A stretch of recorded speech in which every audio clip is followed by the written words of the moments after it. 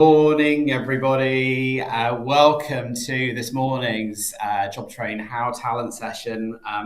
A very popular one this morning. Surprise, surprise, because we are talking about all things, well, not all things AI, but we're talking about fairer assessment in today's AI world. Session that I've been really excited about, and not least because I've got a mega panel of experts for you this morning. Before I get started with anything, can I just check that everybody can see and hear me okay? We should also be live on LinkedIn this morning as well. So good morning to everybody that's joining us from LinkedIn, and hi to everybody on Crowdcast too. There we go. Oh, I can breathe a sigh of relief now.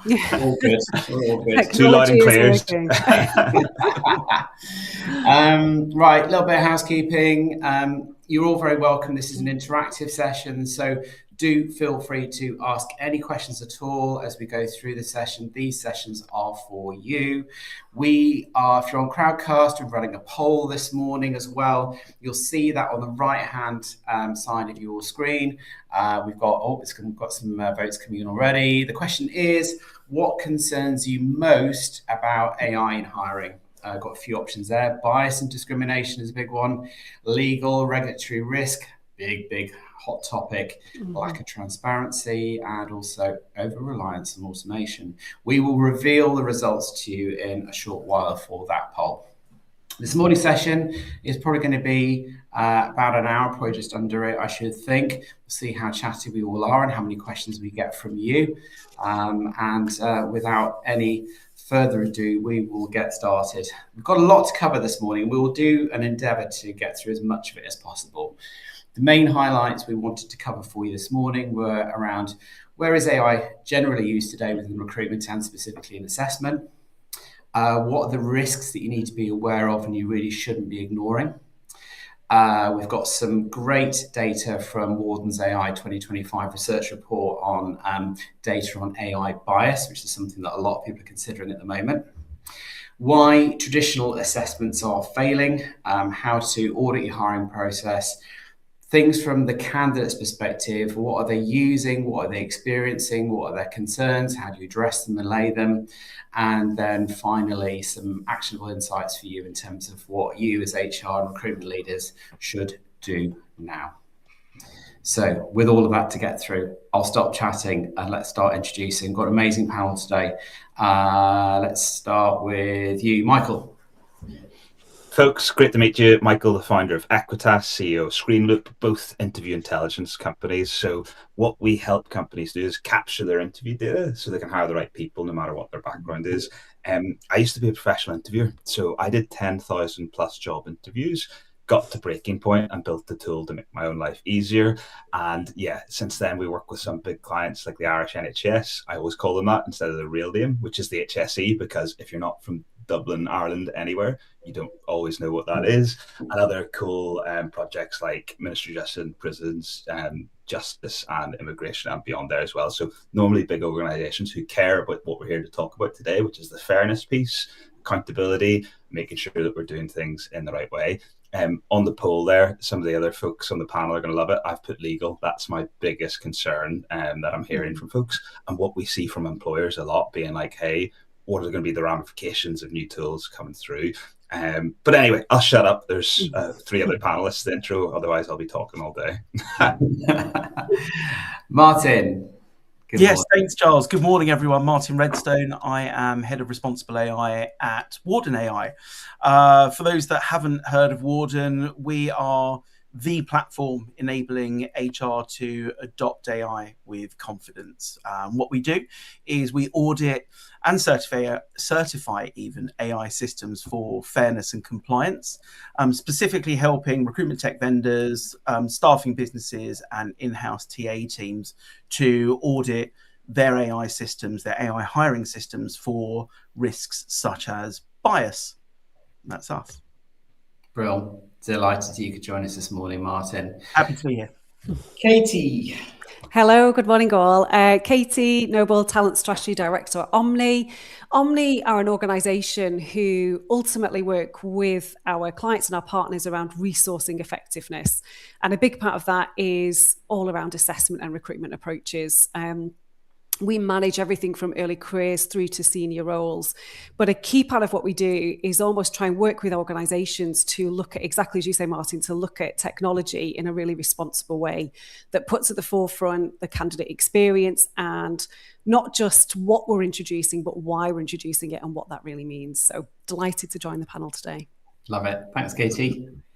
And finally, Jamie, best till last. That's very kind. I just want to point something out. My cup looks really big, which makes me look child size. It's actually a large cup. I'm not actually 3 foot tall.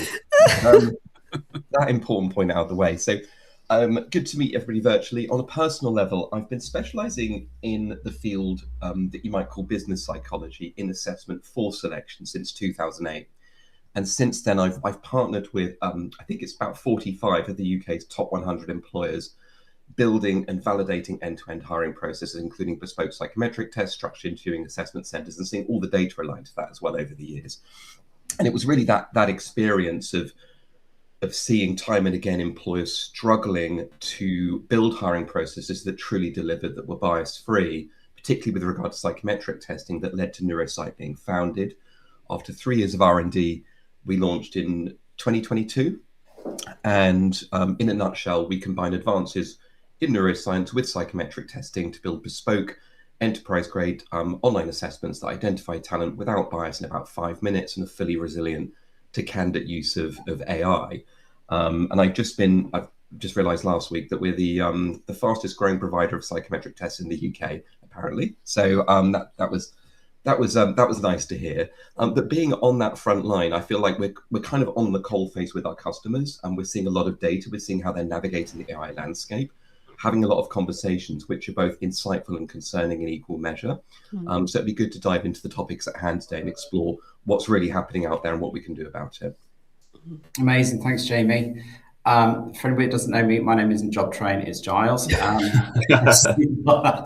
That's my doing this morning. For some reason, I got prompted to add a name, and the first thing I thought was Jobtrain, which is probably not a bad thing because I am Giles and I do work with Jobtrain. I am Director of Strategic Development, covers a multitude of sins. I've been in the recruitment industry for many more years than I care to remember. I've been with Jobtrain for coming up to 24 years. We're a UK-based ATS working with a huge range of different organisations across NHS, care, government, retail, engineering, facilities management, charities, you name it. And from a personal perspective with Jobtrain, we've been on our own route as we have aimed to become an AI-first business. And as an AI-first business, that is both in terms of our internal operations and how we basically go about our work day to day, as well as our product as well.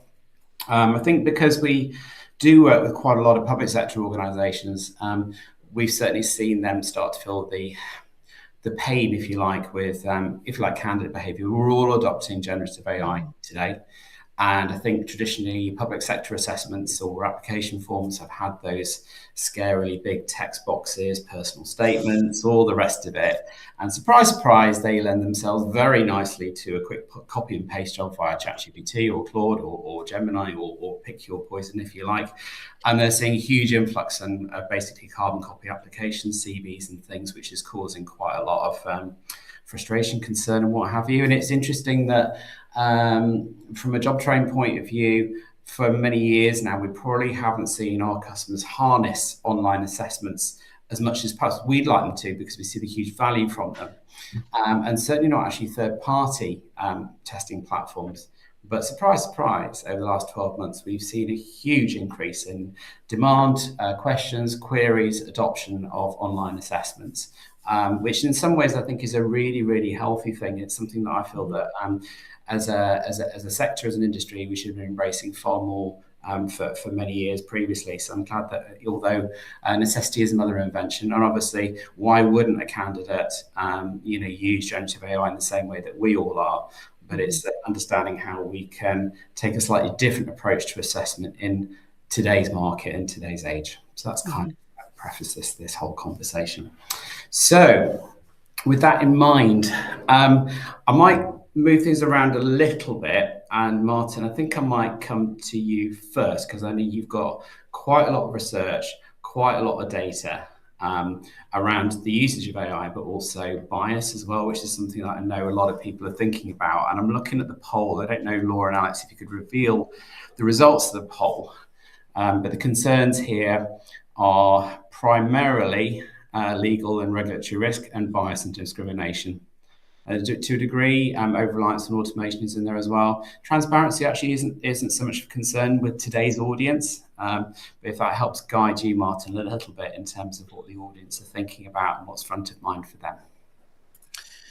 Yeah, there's no surprises, I'll be honest with you, when it comes to the results of that poll. I think the vast majority of organisations that we work with at Warden mirror exactly that. And interestingly, bias and discrimination, lack of transparency, and over-reliance on automation are all legal and regulatory risks as well, interestingly. So it all kind of lumps in with itself. And ultimately what we're seeing is, especially over the last 12 to 18 months, is a real change of mentality in the industry when it comes to AI. And we've gone from, massive kind of peak of expectation, hype cycle, everyone really excited, to everybody kind of stepping back and being a bit cautious, especially after we've seen a lot of, especially over in the US, litigation coming out, around bias, around profiling, and all those kind of things as well. So there's no surprises there at all. And in our own studies and our own research, which we're kind of working on the 2026 version now, we saw that 75% of HR leaders cited bias as one of their top concerns when it came to the evaluation of AI tools and also the implementation of them. So yeah, absolutely and utterly no shocks here whatsoever.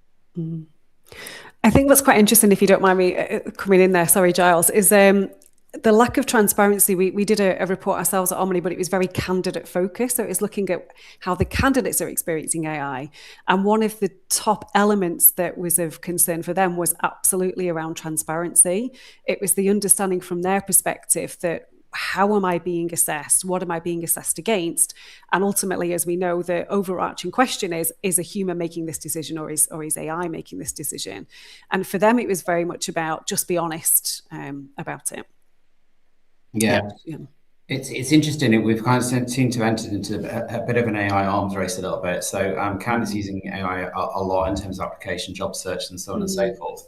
And then a lot of employers have sort of piled on there in terms of, right, how can we, it's all about driving efficiency, right? But they started to use AI a lot. And there's been a plethora of different tools and things that are available in the market to help with assessment. But with that comes a fairly high degree of risk as well. People just simply don't understand how those decisions are being made. There's a lack of transparency. And yeah, Katie, to your point about candidates, they do have concerns. And so I've almost got to a point where, just speaking to, people, friends and things, there's almost perception that anybody that applies online, AI is always there, which is that perception versus reality, right? That isn't the case. But there's almost a perception now that AI will be being used to make decisions, will be being used to score applications and things. So we kind of need to break through those or demystify a little bit. And that's the responsibility for us within the tech industry, but also for employers as well. But there are risks. And I don't know if perhaps we talk about those right now in terms of demystifying that for people that are here on this call and understanding, what does good AI look like versus bad, if you like. It's interesting. I'm sorry, go ahead, Jimmy. Well, I was just going to say that I'm always struck with these kind of conversations that quite often there isn't a conversation around why people are using AI. So why are candidates using AI? Why is there a flood of applications? There have been candidates surveys on this, and a common reason that's stated is they believe everyone else is doing it. It's not that they want to pull the wool over employers' eyes. It's just that at the moment, conventional hiring processes are highly vulnerable to candidate use of AI. That's a structural problem. Yeah. And I do often have conversation with employers, and there is a sense of panic, but panic isn't a strategy, right? Us trying to introduce lots of friction and worrying about application numbers is not a strategy, it's a reaction. And it can be helpful to take a step back and think, okay, what is it about our hiring process that's vulnerable? Why are candidates using AI? Why are these elements vulnerable, and what can we do as a strategy to change that? And it all begins, of course, by who do you need to hire, and what kind of skills, behaviours, traits do you need them to display in the hiring process? Then what are the best tools to measure those? And I think that more strategic conversation is a really helpful starting point, because quite often when we engage with employers, I'll have a conversation with an employer who's potentially considering working with us, and they'll say, oh, we want this kind of test, we want that group exercise, we want this kind of interview. It's like, great, that's fine. Why? Right. So we'll always start with the why.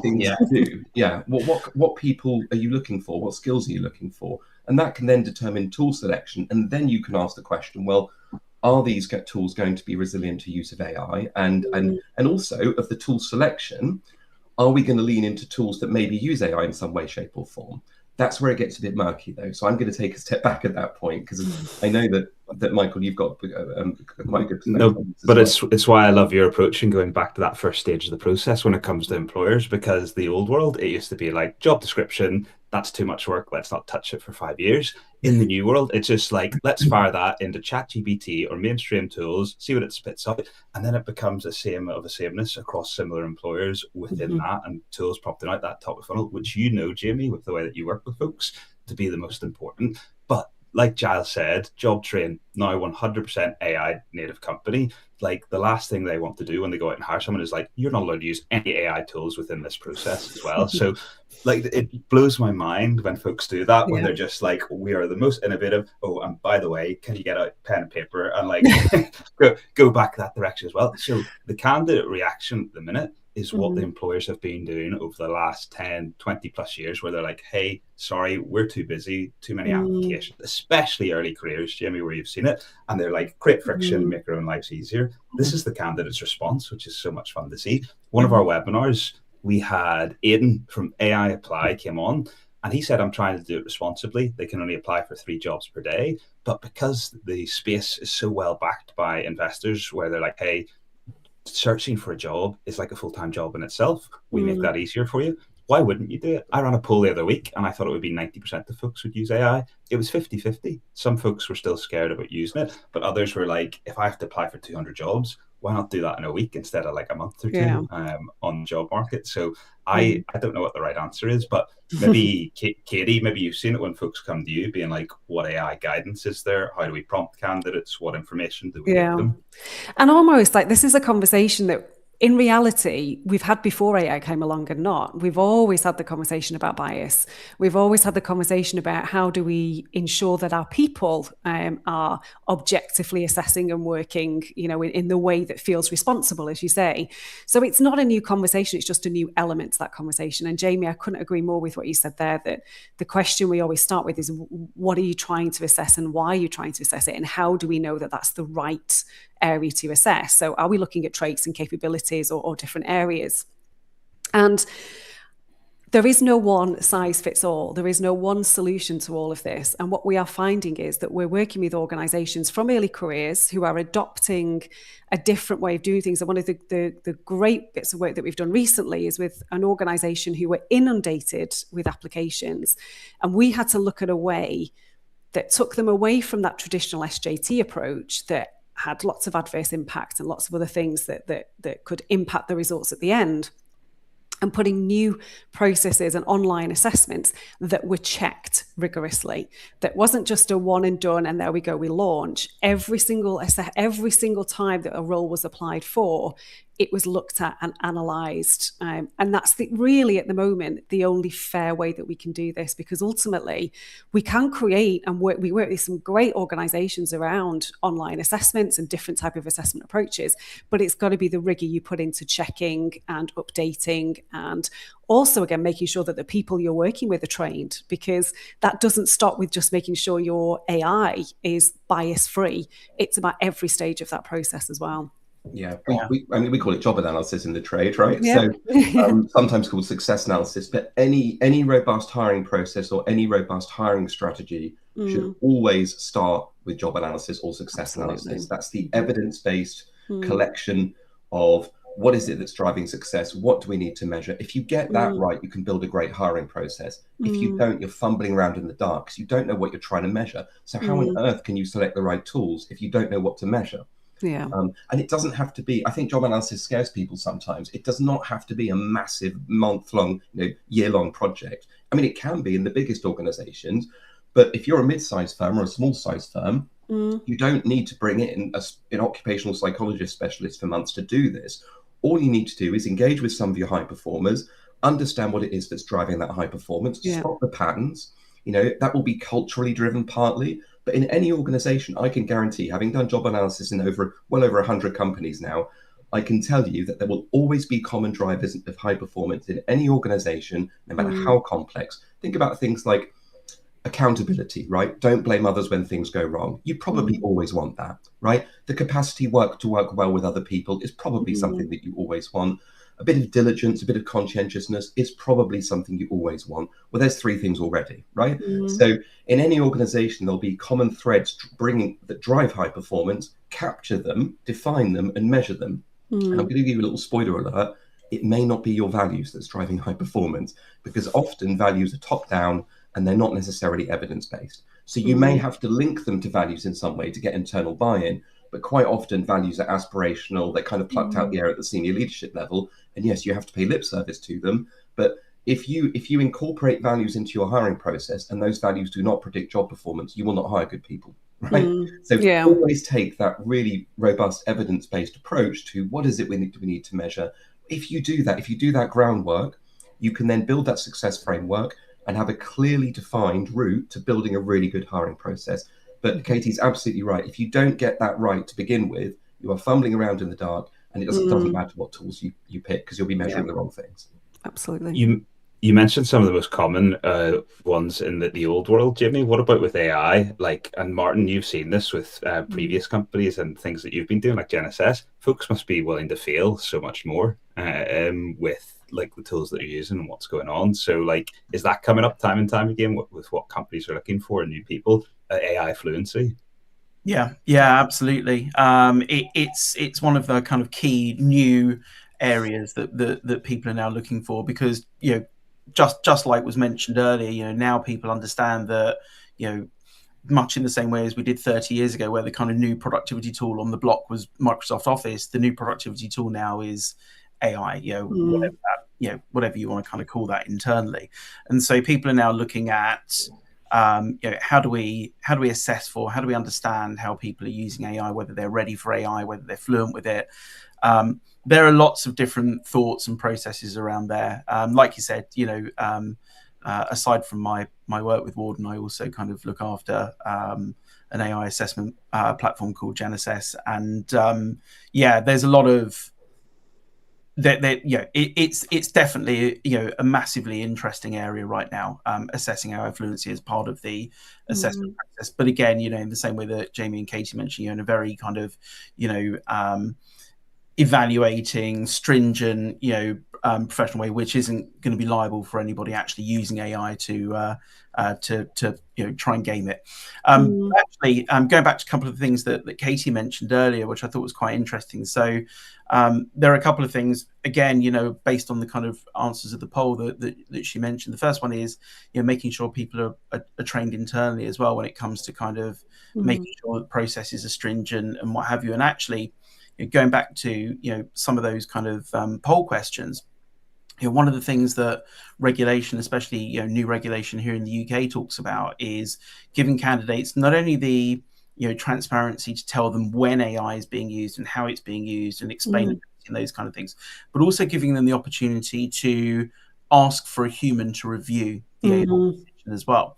And quite interestingly, so organizations hiring here in the UK, they have to start doing that under the Data Use and Access Act. They have to start putting together some kind of review process or statement or opportunity to give to people. But actually the specifics within the regulation are that review has to be done by somebody who is suitably qualified and experienced to be able to do that review. So again, a TA professional who's suitably trained in order to review the decision that an AI tool has come to, and potentially be able to overturn that and retrain the tool as well. So really, really interesting. Again, some of the people in the audience need to start thinking about, if they are using AI tools within the recruitment process. And absolutely, we should all be kind of moving towards a a fantastic kind of process and method that Jamie was talking about. But the reality is that people aren't, and not rapidly anyway. So people are now kind of bolting on AI screening tools, and all those kind of things to help them with that influx of volume. We need to make sure they're doing it responsibly, managing any risk, and doing it ethically as well. What is approaching that responsibly, and what are the risks that people should be aware of? It's a slightly loaded question, right? But I think we've seen an awful lot of what's quite often called black box AI solutions out there. And I don't expect, nor should really anybody here necessarily expect to know or understand what that is. But for the sake of everybody here, can we explain what those different tools are? Because Martyn, you just made the very relevant point of actually being able to retrain that AI where it's used, or have somebody that is qualified to do that. But a lot of these tools simply don't allow for that. No, and this comes down to good relationships with your vendor, good procurement processes, and that's where it starts. When you talk about kind of black box, obviously the opposite of that is glass box. And when we talk about kind of glass box AI, we don't talk about literally a glass box sitting there, but what we talk about is being able to see through it, being able to understand it, and we don't have to all be computer scientists. Ultimately, what we should be expecting is to be able to understand how decisions are made in a very natural language way, in a way that we're then able to re-explain that to our candidates, to our hiring managers, to our stakeholders, explain exactly how the system works. And that doesn't mean that vendors have to give away all their secret sauce. It just means they have to be transparent with that. And whether that is we have our own, keyword matching, we have decision trees, we plug into ChatGPT's API, whatever it is, they need to kind of be able to explain how that works and explain how the algorithm works. So that's the first part when it comes to black box versus glass box, and that's the most important bit, is explainability and transparency. The second bit, obviously, I can't be on a webinar without talking about the risk of bias. We've been, as Katie said, we've been doing this for years, and I know, Michael, you've been a huge kind of proponent of removing and reducing as much bias in the application and assessment process as possible. But ultimately, through our own research, we know that approximately 15% of systems that we've seen out there do have some kind of bias, and they don't meet the threshold. The internationally agreed regulatory academic threshold for bias, and so it's important to understand where that impact is, who it's impacting, be able to remediate that and improve that in your systems as well. So that's kind of obviously one of the major things. There are lots of other things that, again, we need to talk to vendors about and developers about. Ultimately, AI ranking tools can move and change their ranking over time. So somebody who was top place on a rank today might not be top place next week or the week after. So how are model drift being managed? Lots of risk involved, but it comes down to asking the right questions at procurement time, a good relationship with your vendor as well, even through to can we overwrite can we override a decision? Can we retrain the system? And in the same way almost that we asked very similar questions that we've always done, like how is it validated, how is it tested, how is it looked at, what does that mean? And actually we've made a decision to move away from some of the technology that's introducing some of this, because we're, like everybody, we're waiting with anticipation and we want to embrace this, but we've got to do it in a way that feels really responsible. And so we've made a decision, for example, with one of our organizations to remove video interviewing, because some of the tech didn't feel like it was going to quite, even though it's great, sounds great, didn't have the validation that perhaps we were, wanting at that point. That doesn't mean that that's not going to come, and that could come very soon, and hopefully it will. And it means that almost, I suppose we've touched on this already, but we're constantly looking and constantly assessing and constantly changing. And that's what we've got to be able to do. The decision that we make now for a process might change in 6 months' time. Yeah. And it is that constant review, going back to the job analysis, looking at what we're doing and why the program, the process, the assessment we put in place is still valid. But again, we've always kind of been doing that in some way. It just feels that now there's more of an intensity to it and more of a need to it. And perhaps that is because, and exactly as the poll says, that is because of risk, that is because of legal considerations, but it is also that transparent element as well. Yeah. You know, we are in a market at the moment where some of our roles we're being inundated with applications, and that's something that we need to address, absolutely, but it still needs to be addressed in a way that feels fair. Yeah, well, I agree. And sorry, just to kind of one more point on that, I just think it's important to note that, you know, one of the things that I come up against all the time is people saying, well, AI just, you know, automates and enhances the bias that humans have in you know, and you know, the data it's trained on and what have you. And so, you know, one of the things I do want to say is that actually our own research shows that AI can be in some cases up to 45% fairer for women and racial minorities. So this kind of concept of AI is just endemically more bias than humans isn't correct, because ultimately it's easier to retrain data than sometimes somebody's unconscious bias. Yeah, I would agree with that. It's what folks talk about with human in the loop, and like completely irrelevant to hiring, but they said that the most accurate form in terms of like radiographers wasn't just AI, it was then plus the right consultant reviewing. So that's the model that we should work towards with human in the loop. But what Katie was talking about there about different tools, because we're all vendors, we probably see them firsthand. Katie, you especially, because you work with so many as well. And one of the answers at the minute, like I'd love to know what the audience thinks here, or if they've heard about it, or if they've seen it. Voice AI for interviews. Now, obviously, overlapping in my space, so I'm massively biased with everything that I'll talk about here. But for me, it's back to that question: why would you do this? Because is it what candidates want to be interviewed by an AI? Is it just a replacement for one-way video interviews? And then it's something I know Jamie's super passionate about talking about with the tools that candidates use. If there's no longer a human in the loop there, can they just completely game it and have like prompt scripts, everything up ready to go and to get through to that next stage? And then it's not the right candidate, it's the person who's got the most money and then tooled up and can actually have like a negative socio economic impact on the type of candidates that you're hiring coming through. But that's it. Why should we do it? Like if you come back to candidate experience, some of these tools won't be a fit. And then in that space, Martyn, I agree with you that there is times it can be fair if it's based on content, not what someone looks like. But vendors so much of the time get it wrong with the first bits of tools and technology that they adopt. Facial recognition used to be used across all tools, and then everyone was just like, oh my goodness, this is so inaccurate, this is so biased, we need to bin and like cut this out completely. There was one tool where if you had a library and a bookshelf behind you, it scored you up on conscientiousness if you used the exact same answers, and you're just like, this is what vendors will do. They'll experiment. It works, and they don't always take that fairness approach as well. But Jamie, you looked really deep in that space on like what candidates were doing, didn't you? Because you think so much of it can be gamed on their side. Yeah. So two aspects to this. I think the first is just to reflect on what we've just been talking about here. Is what we're really talking about is due diligence of assessment tools. Right now, these are AI-powered assessment tools.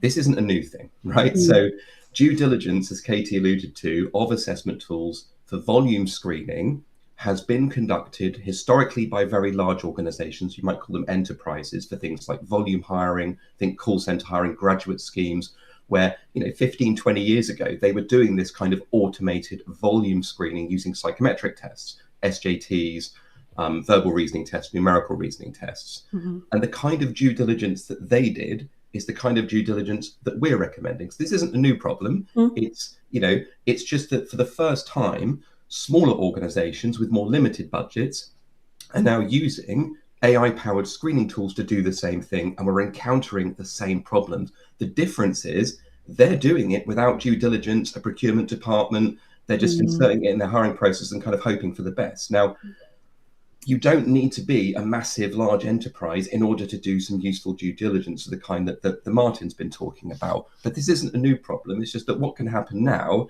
is anyone can vibe code a screening app, ship it to and sell it to SMEs, and then they can embed it in the hiring process and it's screening candidates. And that's a problem because a lot of these companies, it used to be that there were very few providers of automated screening tools. And the reason for that is there's a very high knowledge barrier to entry to do it right.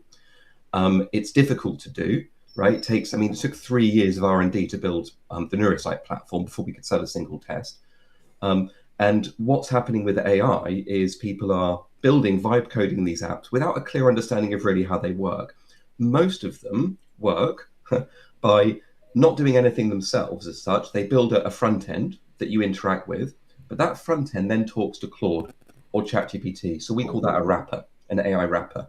Mm-hmm. And it's just worth reflecting for a moment on why that is a problem. So a lot of these, if you see things like conversational AI tools, automated video screening, where they do automated candidate evaluation in the background, chatbots where there's automated screening, I think pretty much all of them are what we call wrappers. In other words, they don't own their AI model. They've built a front end that talks to ChatGPT, Claude, or Gemini. Okay, so why is that a problem? It's a problem because absolutely none of those apps will be compliant with the EU AI Act. None of them.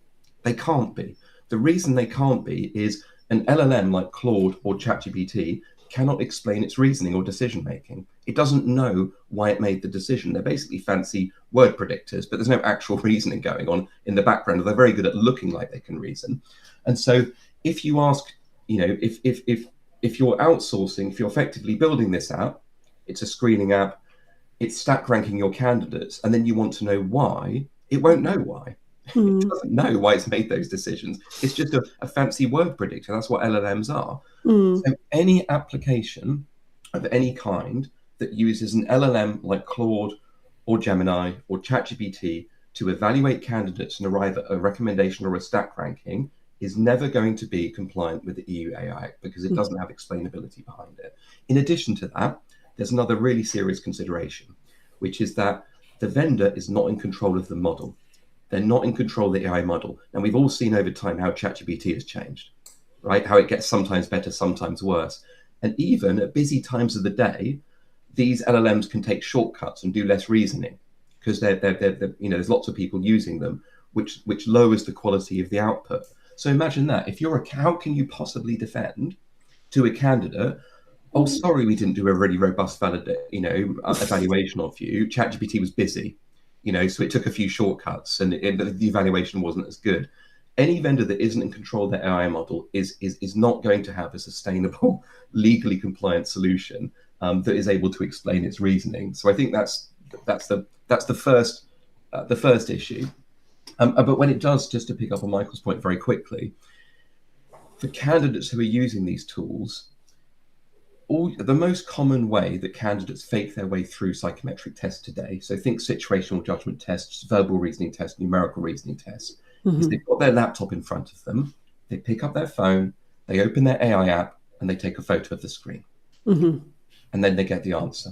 You can't detect that unless you've got a camera somewhere in the room watching them all the time. You can't detect that. It won't come through in the score because AI models perform at different scores. It won't come through in the time taken because AI models take time to think. So it's very hard to detect. And the issue from a bias perspective is that the use of AI tools is not evenly distributed.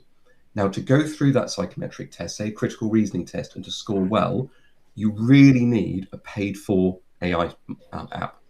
The free ones aren't good enough at it. They'll do okay, but the paid for ones, and in particular the ultra premium tier that cost £100, £200 a month, are really, really good at those kind of tests. So we recently conducted a study with a huge global professional services firm using a critical reasoning test.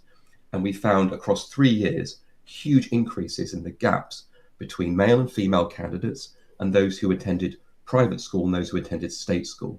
There were already gaps because these tools have a lot of bias anyway, but the gaps were widening into a chasm. And when you link that back to how candidates told us they were using AI and what AI models they were using, there is a socioeconomic gap opening up. And there is also a gender gap because men are more likely to pay for AI than women. And so this is new and uncharted territory for many conventional psychometric testing providers. And if you have a hiring process that's vulnerable to use of AI, then you're going to see over time increases in that existing bias over time. So it's not just a crisis of authenticity, it's a crisis of fairness. And it's really incumbent on employers to fix that.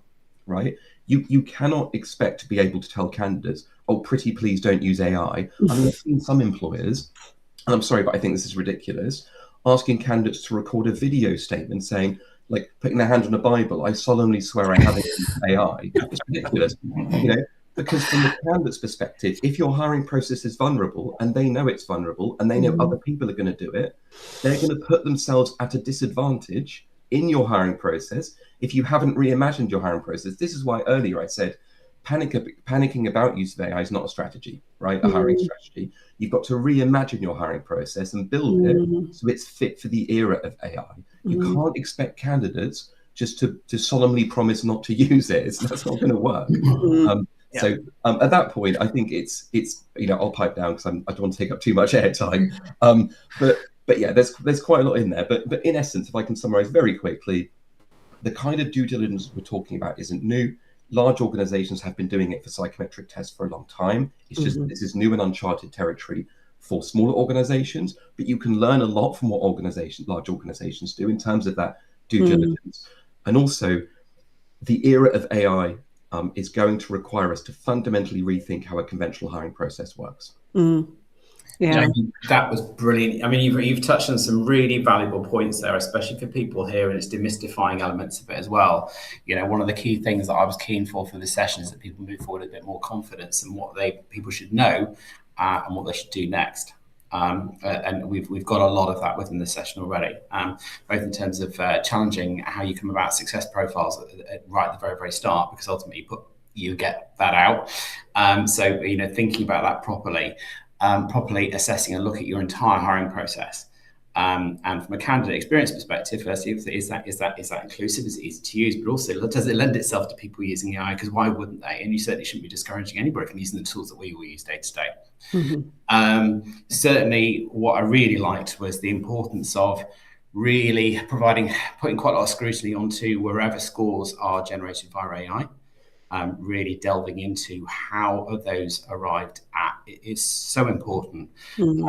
Just accepting a black box is not okay. And it's interesting that actually you were saying, and I never considered this, that even at different times of the day, the results that you're going to get out are going to be different. So you really got to challenge vendors on that. Very, very important. And my concern is, and I've got a couple of questions in here actually, which I will address, is that my concern quite often is, well, as long as there's a human involved in that decision making, but we are inherently and can be quite lazy. I know it sounds really controversial here, but human beings will quite often take the path of least resistance, especially a hiring manager, for example, who's incredibly busy. They're presenting with a list of candidates who all have a score against them. What are they going to do? Are they going to delve into and examine that score, how it was arrived at, or are they simply going to select those candidates from the ATS and moving those forward to interview? The rest get rejected. And that's a real concern for me, and something that all of us here should be considering very, very carefully. We've got a little mantra behind us here, and it's almost like our mission statement. It's delivering pioneering technology keeps people at the heart of recruitment. And one of the questions up here was, I think it might have been, was it you, Dave? Yeah, honest questions panel. If you're applying for a position, the first step was an interview with an AI, would you feel more or less valued as a candidate?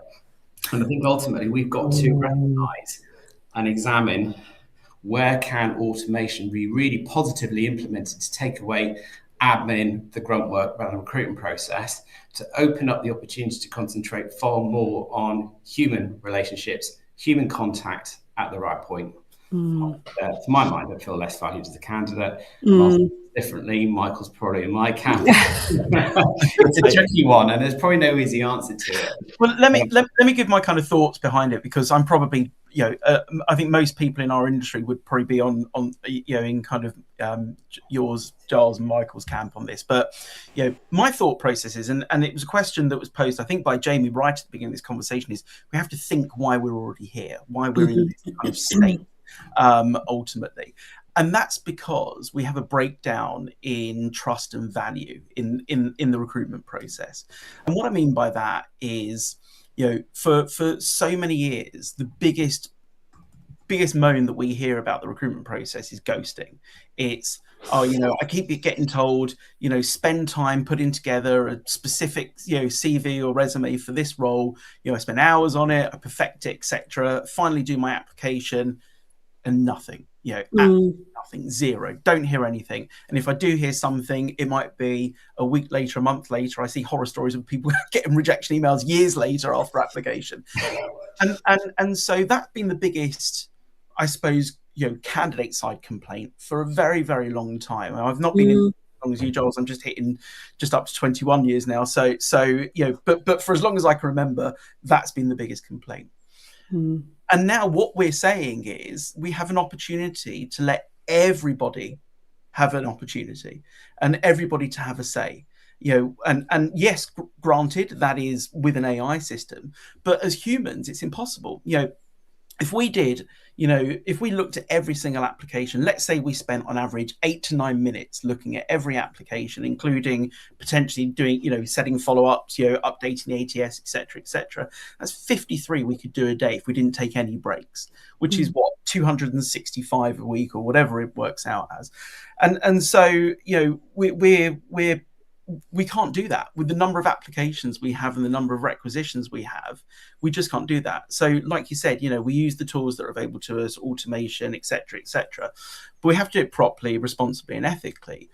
But I don't understand why, and this is why I said I would find it, would I feel more or less valued? I'd feel more valued because I'm being given an opportunity to put myself forward rather than just falling into a black box of ghosting and never being heard of again. So for me, that's where I come from. I think to myself, we've got an opportunity to fix one of the major complaints that we have, as recruitment professionals. Let's fix it, but let's do it properly. I think it comes back as well to the point that we've kind of touched on, which is around the transparency of it. It's the detail behind, because yes, you're right, we want to give everyone an open opportunity, everyone a fair opportunity. But to do that, we need to say this is what's happening and why it's happening. The report that we did showed that candidates at this point are, I think it was 42% trust AI-led hiring than human-led hiring. So there is, which there always is in all of this, perception versus reality. So the perception right now is that a human is going to make a more bias-free decision than AI.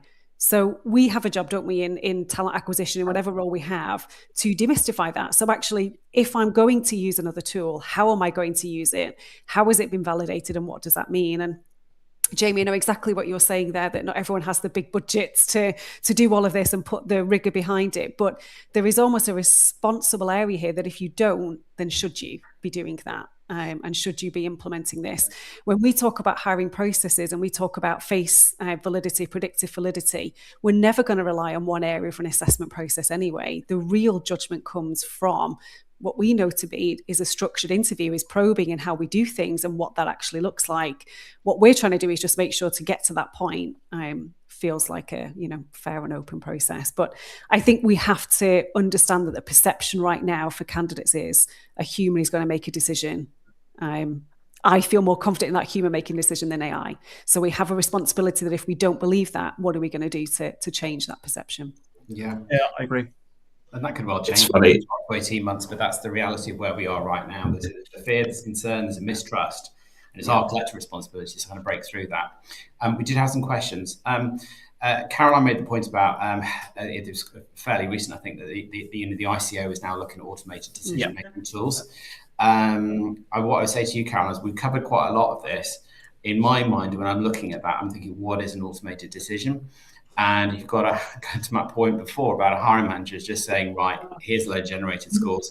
I'm going to select those candidates. For my mind, that is an automated decision. That isn't really a human checking those scores and those results. There's just on that point, without going into detail, there's some.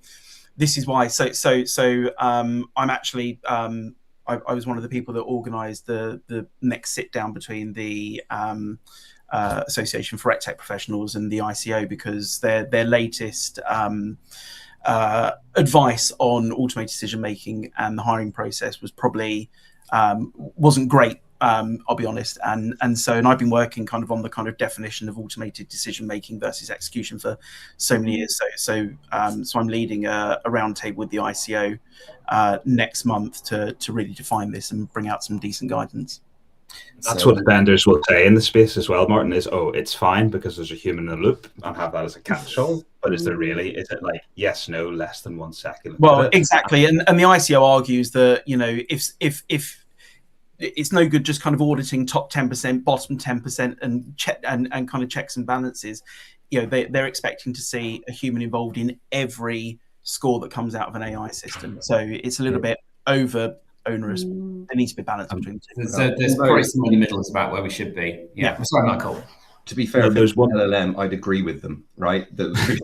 So, like, just think about this, right? If you use ChatGPT or Claude or Gemini at work, would you ever get it to do something and then just send that to your boss or a client without looking at it? Would you ever do that? No, of course not. And even there are disclaimers when you're using it.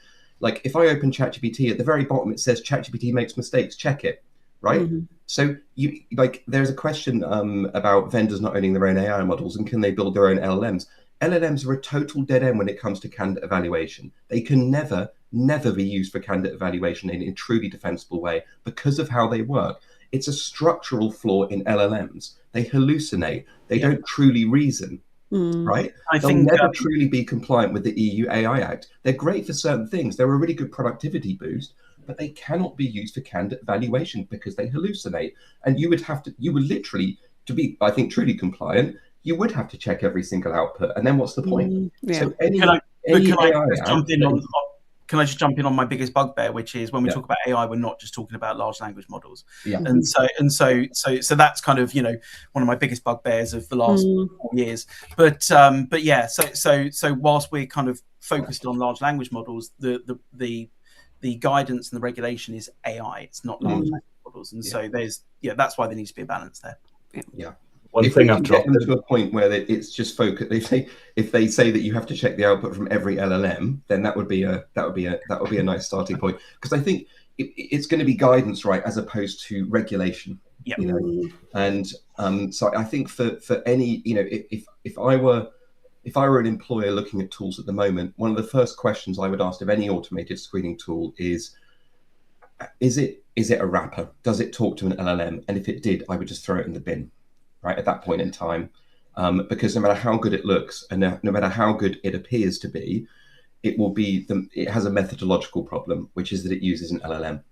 And we all use LLMs every day, don't we? And we know we can't always trust the output. So why on earth would you outsource candidate evaluation to a tool like that?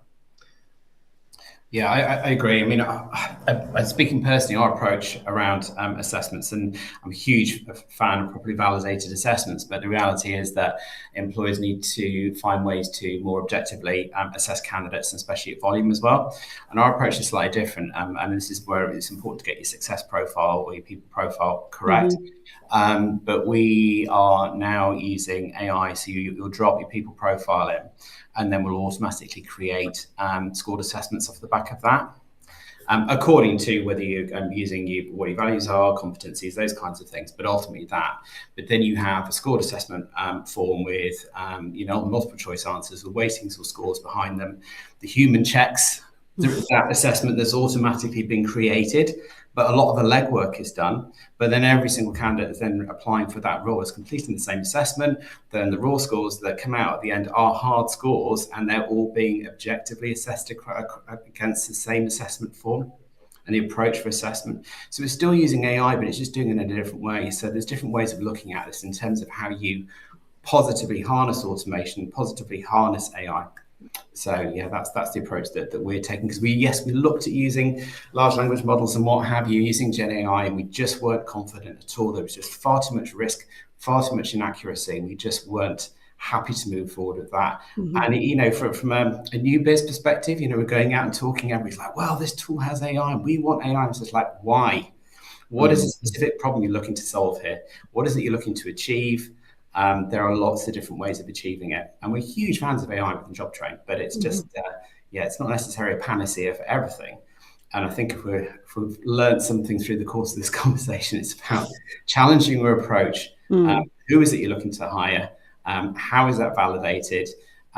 Challenging your process as well and making sure that is completely rethought, because you're right. I think naturally, we're probably guilty of this, or we have been before now, is using the same process over and over again. All that process hasn't changed for years. The world has changed fundamentally, and so does our thinking and our approach to how we look at recruitment, for sure.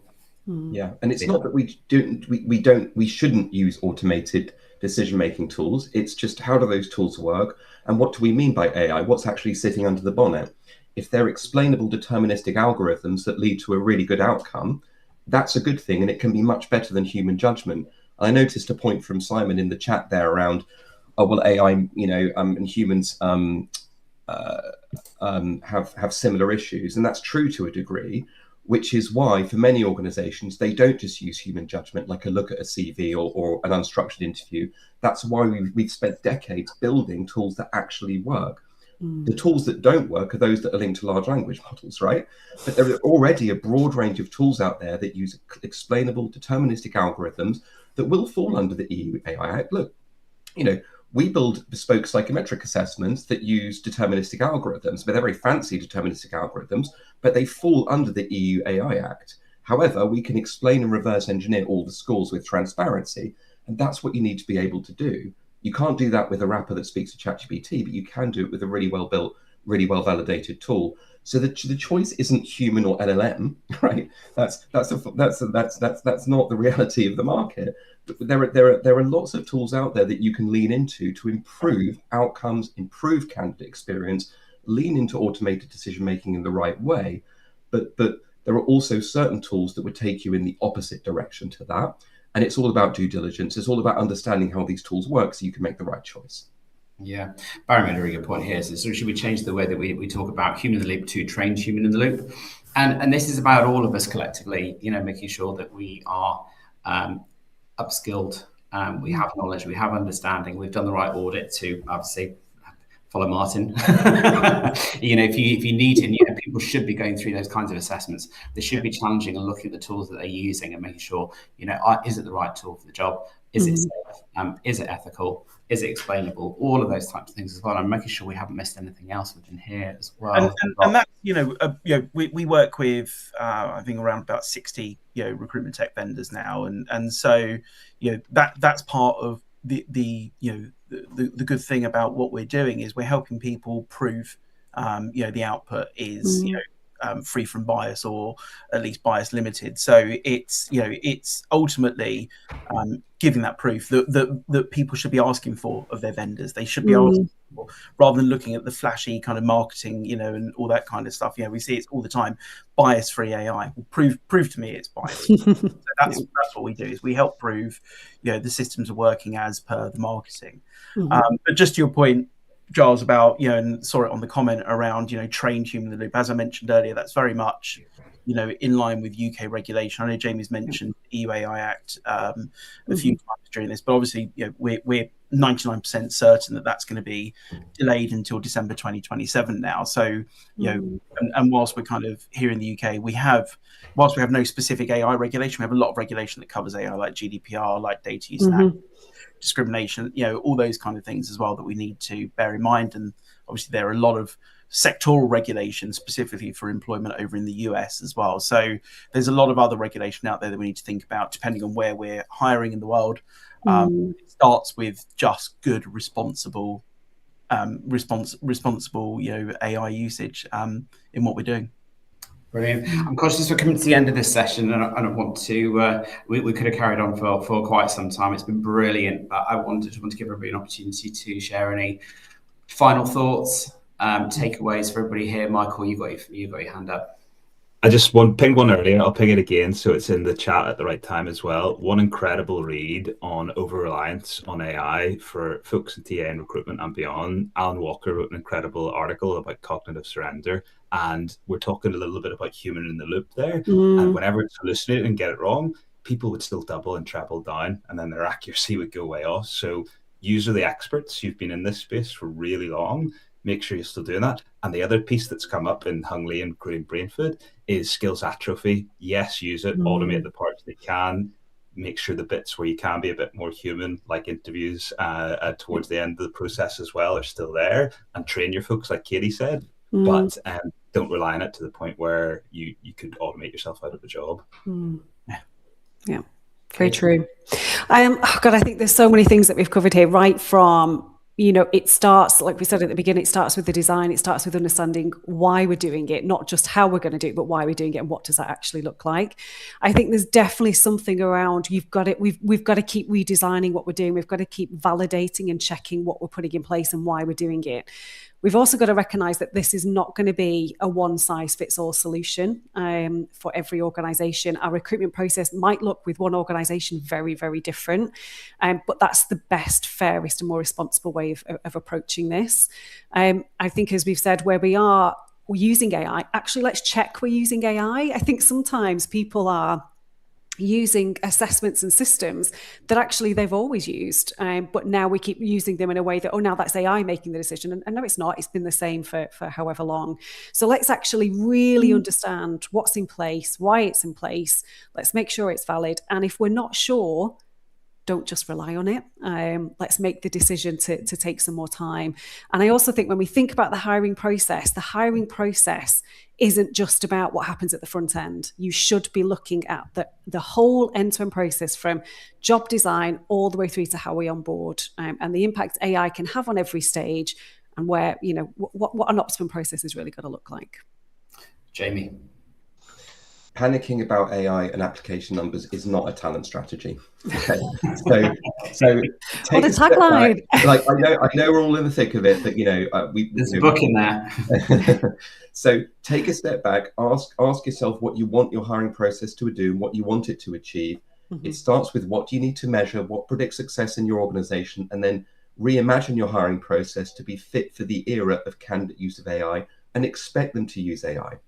So either give them guidance on that, and if you're not comfortable with it, just use tools that are naturally resilient. There are lots of tools out there that you can use that are more resilient to candidate use of AI than others. But the traditional approach, application form questions, conventional psychometric tests where you can just screenshot and get the answer, one-way recorded video interview where they're reading scripts, maybe a case study that you send them over email. I mean, all of those things are going to be completely contaminated now by candidate use of AI. Mm. But you do not need to spend months and years reimagining this. There are already methods and tools out there that work very well. So you can take baby steps. It doesn't have to be a huge end-to-end transformation, but audit your hiring process, go through it as a candidate would, and use AI and see where the vulnerabilities lie, understand those vulnerabilities, and then amend your hiring process to resolve those vulnerabilities. That would be a great starting point. Amazing. Thanks, Jamie. Anything final thoughts from you, Martyn? Don't let webinars like this scare you from using AI. AI, is transformational, and I remain exceptionally optimistic and enthusiastic about the use of it. We're seeing some amazing things around, people building their own AI tools, whether that's low risk or high risk. We just need to make sure that it's done responsibly, sensibly, and ethically. And that's all I'm going to say. Keep using AI, keep getting excited about it, but do it properly. I think that's a really great way to finish this session, and I wanted to thank you all so much for your time, input, thoughts, and to everybody that's joined us this morning. I've run a lot of these sessions over the last 6 years, and I have to say this is one of my favourites. There's so much we could have continued talking about. I would urge everybody here to follow all of my panelists this morning. They're amazing. Martyn is right at the vanguard of all things AI and recruitment. There probably isn't a better authority that I know of to everybody else. But, Martyn is somebody, if you really need to understand where things are going, and especially around policy, legislation and what have you, then it's a really good guide to follow. But everybody here, if you're interested in assessments, talk to Michael, talk to Jamie. And if you're looking at more holistically around recruitment and especially recruiter capability, you couldn't do better than Omni. So thank you, everybody, so much for joining me. Hope you have a really good week ahead. And if you want a copy of this session, we will have a blog post after it as well. But have a super, super week. Enjoy the sunshine, and we will see you soon. Thank you very much. Thank you.